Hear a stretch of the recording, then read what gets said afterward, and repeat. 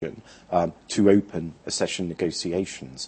I think the important thing is that if the country can continue to embark on the reforms, then it is clearly meeting the Copenhagen criteria, political and economic criteria, and that's a journey that should continue, because even if accession negotiations are opened, there will still be a process of harmonisation and reform required before EU membership happens.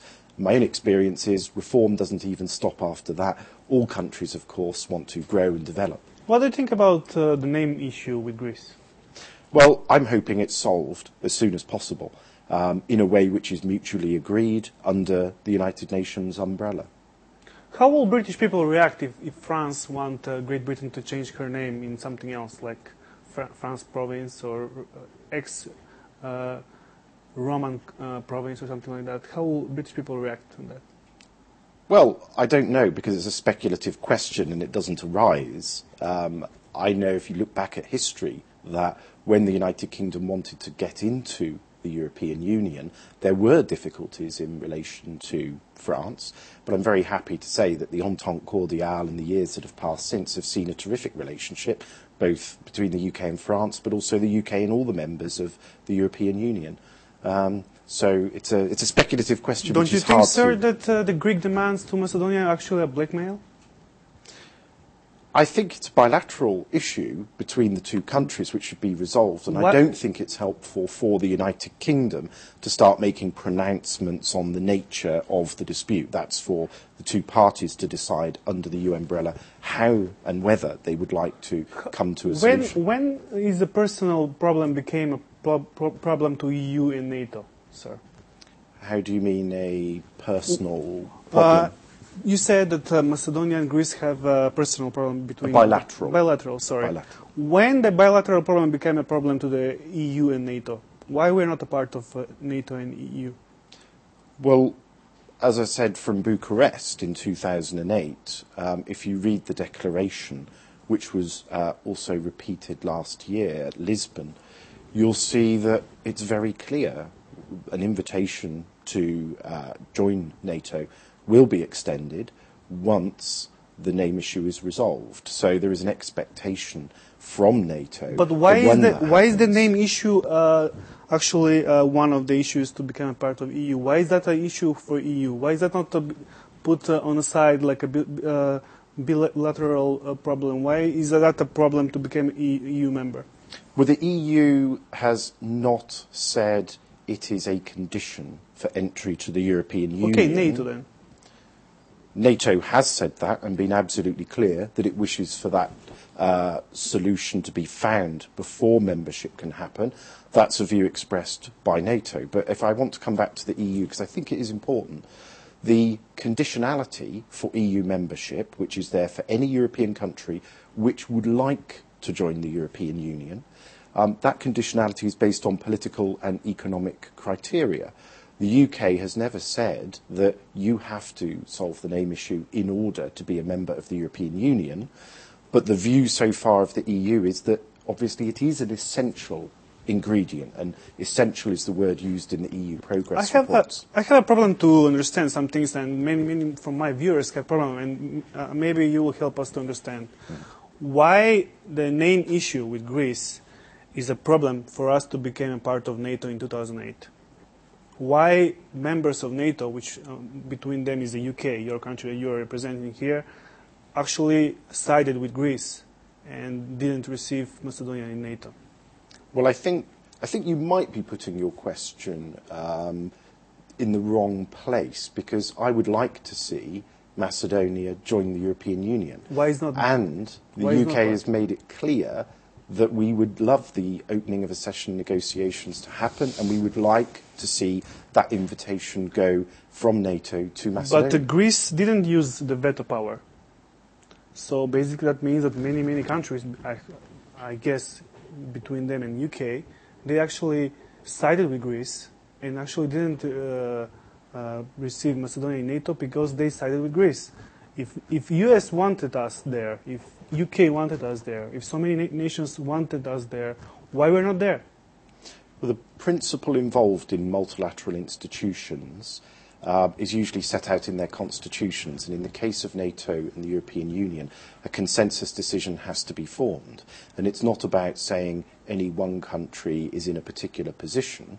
It is respecting what the collective decision made by those institutions is, and we have to respect that, both from NATO and the European Union. But what I've said is the UK is a huge supporter of Macedonia's EU and NATO aspirations, and I'd be very happy to see the next progress report hopefully saying very positive things and maintaining that recommendation if it is judged by the European Commission appropriate to do so on the basis of reforms being made by the government here. So the UK is a huge supporter. We're going to continue this talk. Почитаме гледачи, идеме со малку пауза за реклами, се враќаме веднаш во емисијата.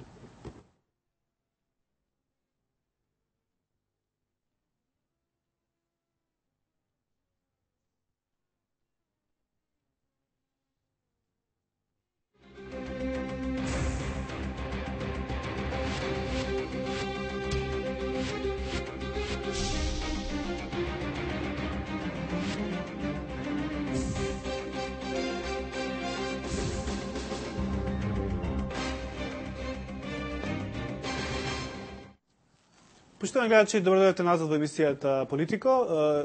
Гостин е амбасадорот на Велика Британија, господин Kristofer Ivon, и разговорот го водиме на англиски јазик.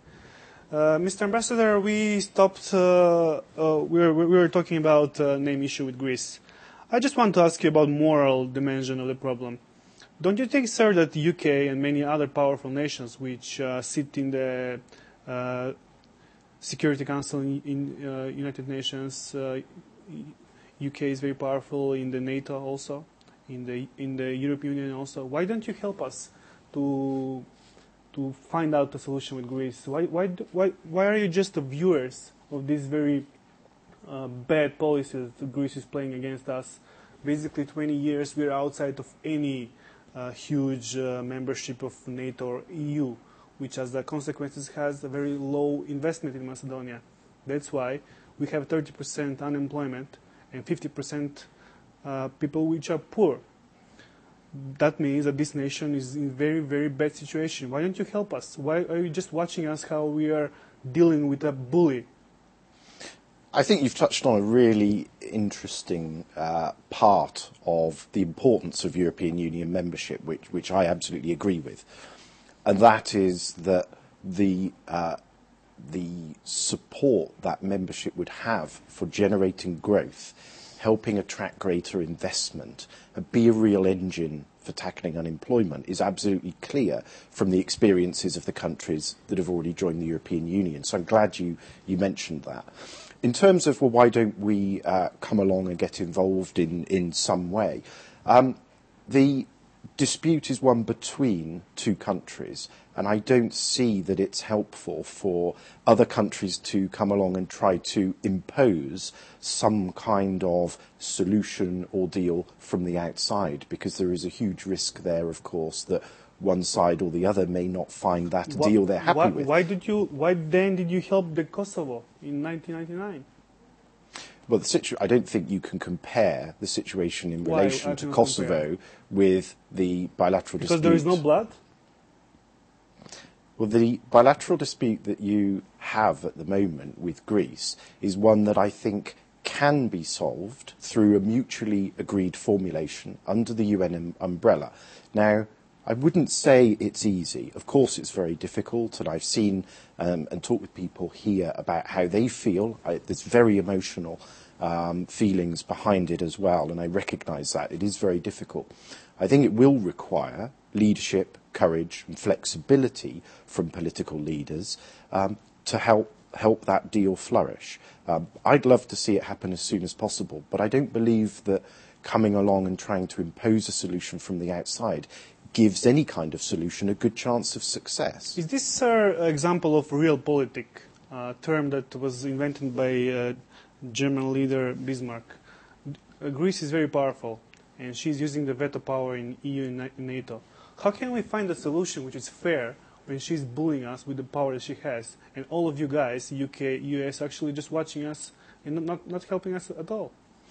I think the question is whether the two countries want to do a deal.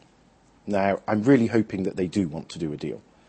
And it's not for anyone to tell Macedonia, here are the parameters within which you must do a deal. I think it's for responsible